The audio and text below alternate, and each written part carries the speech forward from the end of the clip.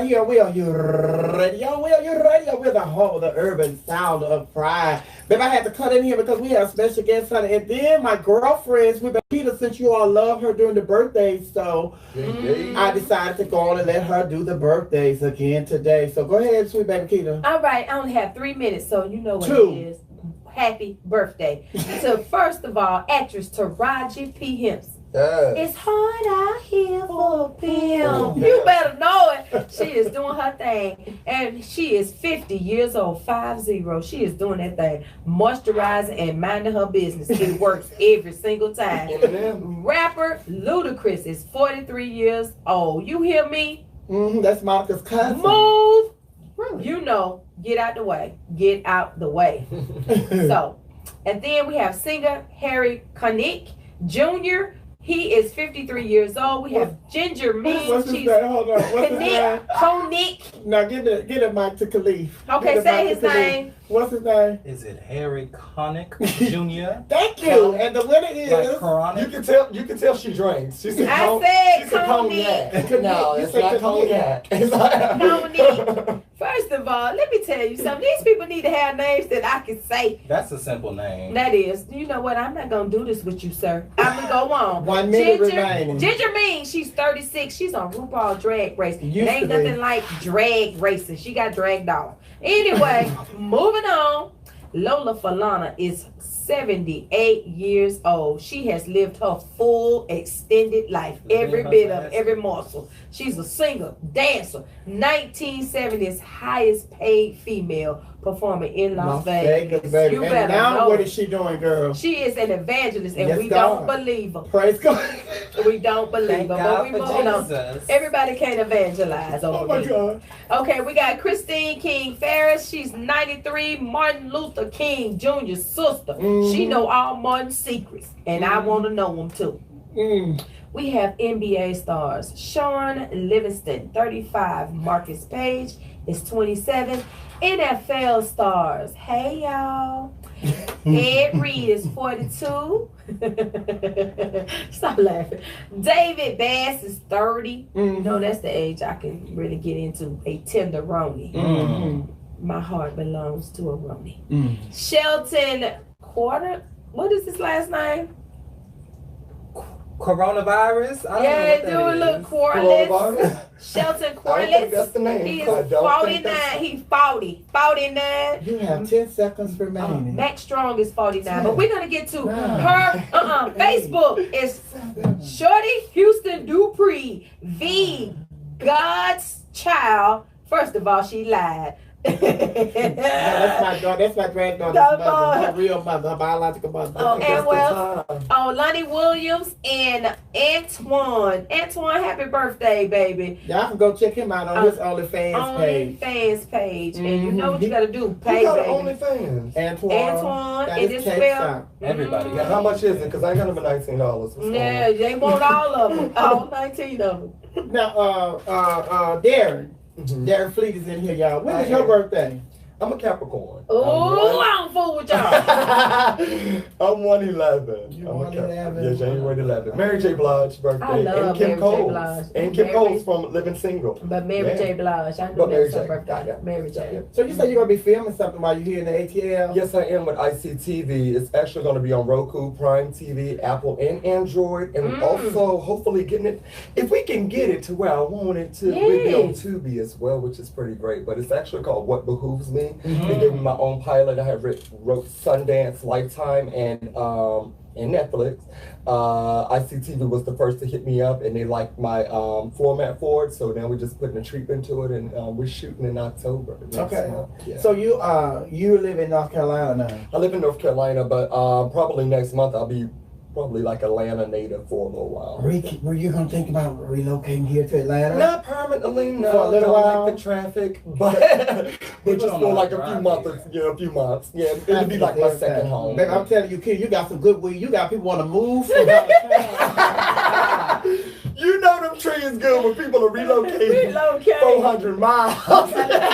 During the pandemic, I just scraped up my money just to move to Atlanta. You gotta be near your weed, man. Yeah, absolutely. She does have good prices. So are you been touring? This coronavirus just stopped everything. What were you doing before the coronavirus hit? Touring. So you still touring? I am still touring. I've been one of the artists who've been blessed to tour even during the corona. Keita as well. Absolutely. What we do is target the cities that mostly in level 2s that still have high demands for us. Like right now, I just done Birmingham last night, perhaps. I done Atlanta. I done the Comedy Theater in Norcross out here. We're in Chicago the 18th and 19th, and Little Rock, Arkansas. So we just go places that are still like level 2 or better so that we can still get in there. And of course, they have them separated 6 feet or whatever. So it's been working out. The tour's been good. Yeah. In Atlanta, they lying. Ain't nobody separated. We all up on each other. Well, that is what.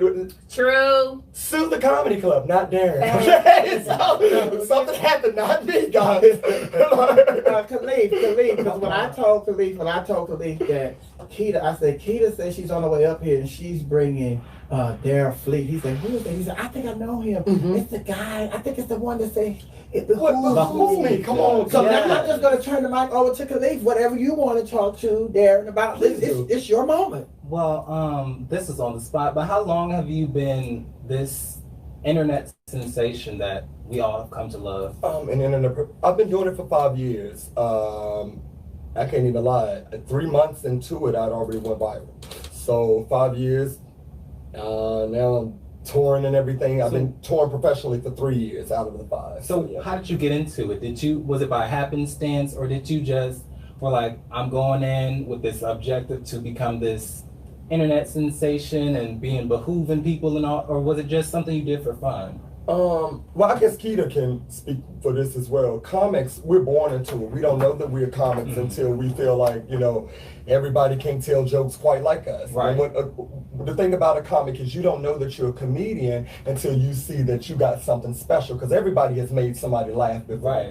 But what do you got that keeps making them laugh? And Amen. that's what it was. So I've always been that, but I didn't know that I had nothing special until maybe like 5-6 years ago. I was just getting out of jail, couldn't get another job, so I said, Amen. Say that. Come on. You back that thing up, Holiday. Hold on, Holiday. You should have thrown it like that. You gotta back that up. Get that white first. Because a lot of people think that when they go to jail or when they go to prison that their life is over. Could you just tell them that again? Some of the greatest people in the world have been in jail.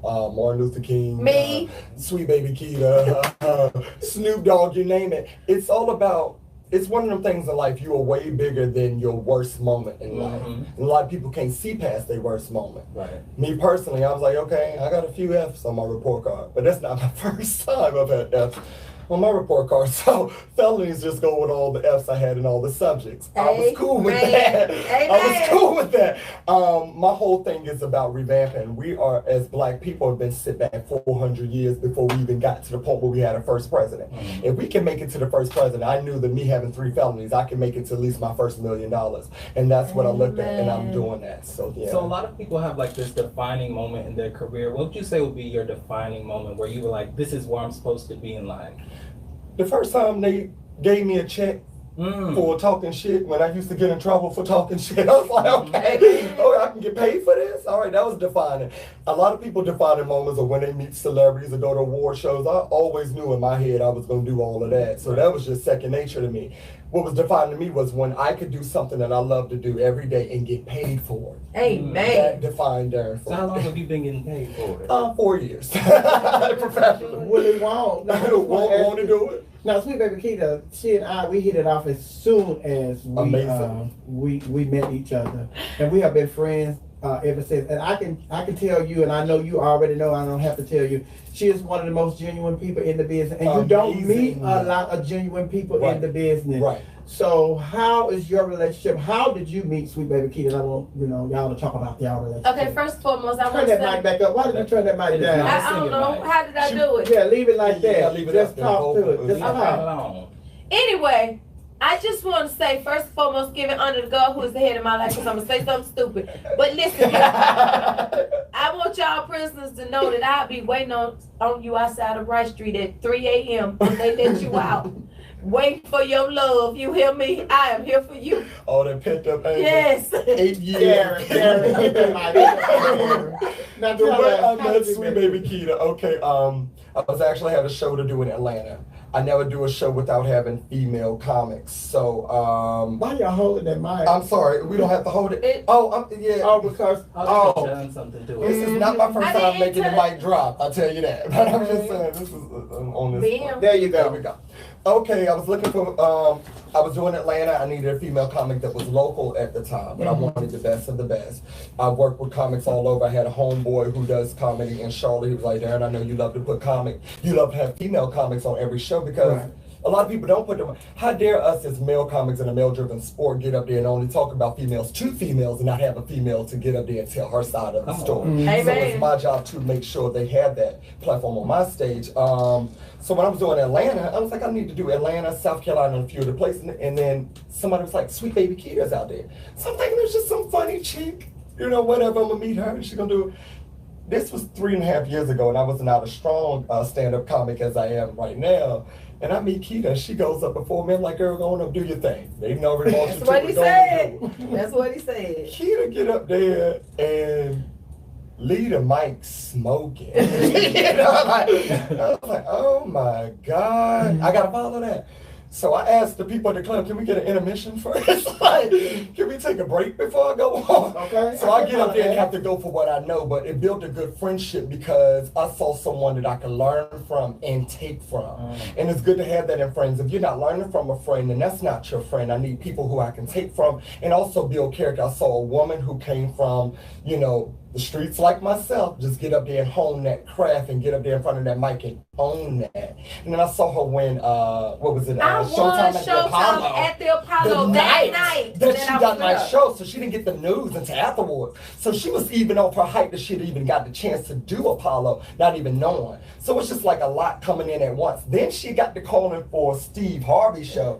And I don't know about y'all, but I'm black and I was raised right. So I feel like if my friend knows Steve, I know Steve. I know Steve. So now we good friends. That's my girl who knows Steve and I know Steve.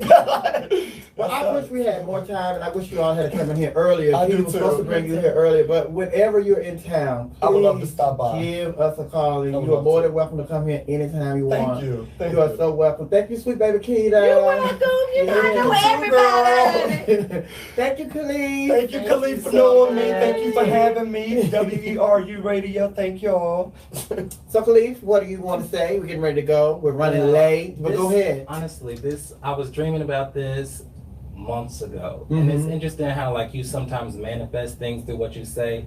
And I was like, I can see myself one day, not in this room. I just saw the mic and I saw myself being in rooms with certain people. I'm not going to say all them people's names because one of them is Wendy Williams. But we're not there yet. But one of those people is definitely you. I've always looked up to you. And I am so grateful just to be on the same frequency of the airwave situation as you. You are that's right. a legend in radio. And I'm so happy to be here. I appreciate it. I love you. And like I said, I always want to give people the opportunity that somebody gave me because radio was not on my radar at all. I went to school to do theater, movies and TV. Same. That was my sign. But I landed in radio, and then it's just like the saying go, God can dream a bigger dream for you than you could ever dream for yourself, so you just have to go with it. And thank you once again, Darren Fleet. Oh, thank you. It behooves me to have to leave. Thank you, Sweet Baby Keita. Love you. And thank you, Khalif. We're going to talk after the show. Sweet Baby Keita, she's going to be here with me every Wednesday. Every Wednesday, Sweet Baby Keita. Right. It's Sweet Baby Keita's day. Make sure y'all girl, And what I do on Wednesdays? the birthdays. Tell stories. And then she brings stalkers. But I'm going to hold it down right here on WERUradio. WERUradio. We're the home of the urban sound of pride. I don't know if I'm going to have time to do my birthday song. I'm so glad we have the time together. Just to sing songs, just share a laugh or two. And before you know it, comes the time we have to show it and we have to say to each other, so long, goodbye. Bye, y'all. Bye, guys. God bless y'all. Bye. Your girl, Miss Sophia, holding it down right here on WERUradio. Home of urban music for the LGBTQI community and me. Between the hours of 2 p.m. and 6 p.m., this is Club Chit Chat. That's right. You know how we do it, honey. We're going to be talking about sports, politics, entertainment, and a little of this and a little of that. That's why we call this Club Chit Chat, baby. With the happy hour coming to you at 5 p.m. like no other happy hour you've ever experienced. So make sure you're around during our happy hour. Hey, I'm your girl, Miss Sophia, holding it down right here on WERUradio, home of urban music for the LGBTQI community and me. Come on, baby, let's ride.